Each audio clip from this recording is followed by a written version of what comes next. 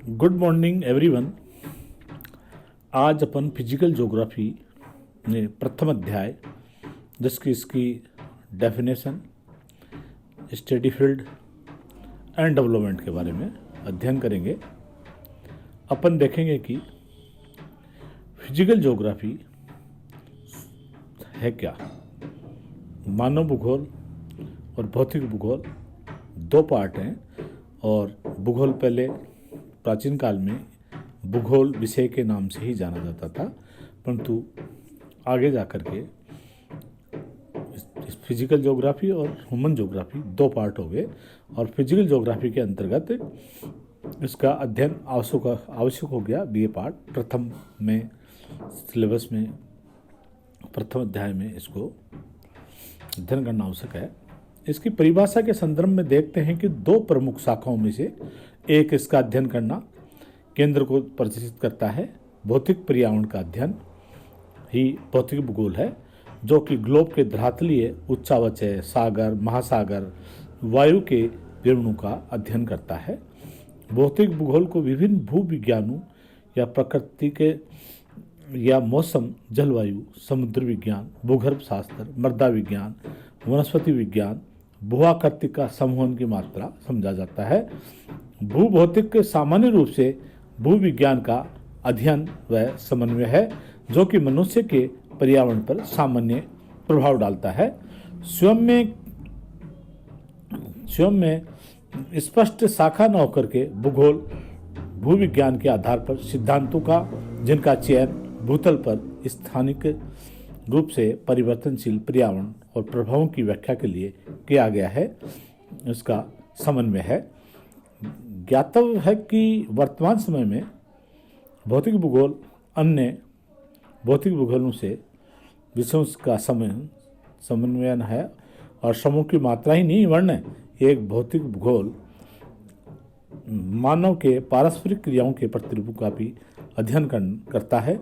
भौतिक भूगोल पर्यावरणीय तत्वों के स्थानिक प्रतिरूपों, स्थानिक संबंधों का प्रादेशिक परिवेश में अध्ययन करता है तथा भूतल पर प्रतिरूपों के प्रादेशिक प्रभावों के कारणों की व्याख्या भी करता है।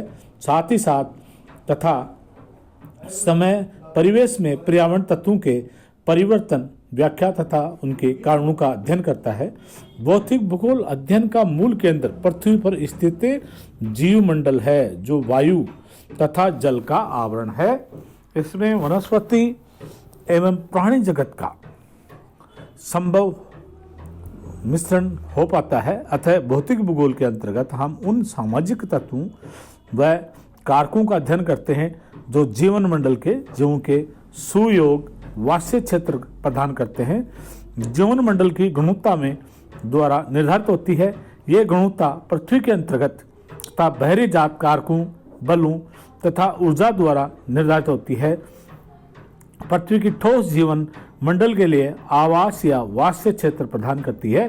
अंतर्जात बलों के द्वारा भूतल पर निर्मित स्थलाकृतियों में विविधता लाती है और पृथ्वी के बाह्य ठोस सतह के जीवन से के लिए पोषक तत्व भी प्राप्त होते हैं। दूसरी तरफ वायुमंडल की तरफ से जो जीवन मंडल की आवश्यक तत्व CHO प्रदान करता है, तो दूसरों की तरफ भूतल पर विभिन्न प्रकार की जलवायु का निर्माण करता है। वायुमंडल जनित अर्थात बाहरी जात प्रक्रमों द्वारा वायुमंडल तथा भूतल के मध्य उष्मा व जल का आदान प्रदान होता है तथा भूतल पर अनाच्छादनात्मक क्रियाओं द्वारा विभिन्न प्रकार के स्थल रूपों का विकास होता है, जो जीवन मंडल के वास्य क्षेत्रों में और अधिक विविधता उत्पन्न करते हैं। इसी तरह एक तरफ भौतिक भूगोल पर्यावरण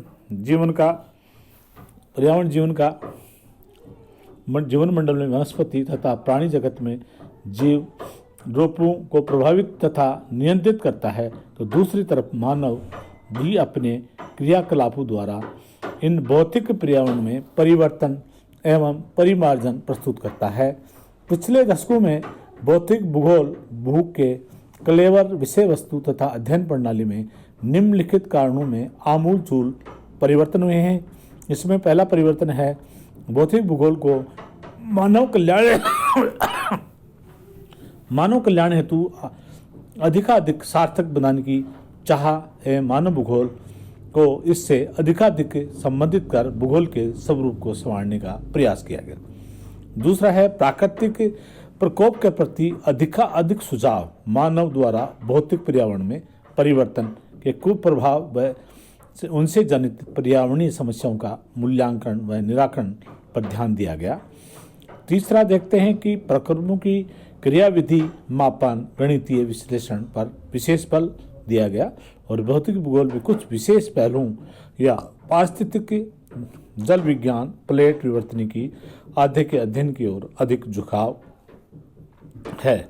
इसके बारे में ये भूगोल फिजिकल ज्योग्राफी की डेफिनेशन के बारे में आज अपन ने पढ़ा। आगे अपन भू आकृतिक विज्ञान जियोमॉर्फोलॉजी क्या है और इसके उच्चावच कौन कौन से हैं, प्रथम श्रेणी, द्वितीय श्रेणी, तृतीय श्रेणी के बारे में अपन अध्ययन करेंगे। आज बस इतना ही। थैंक्स।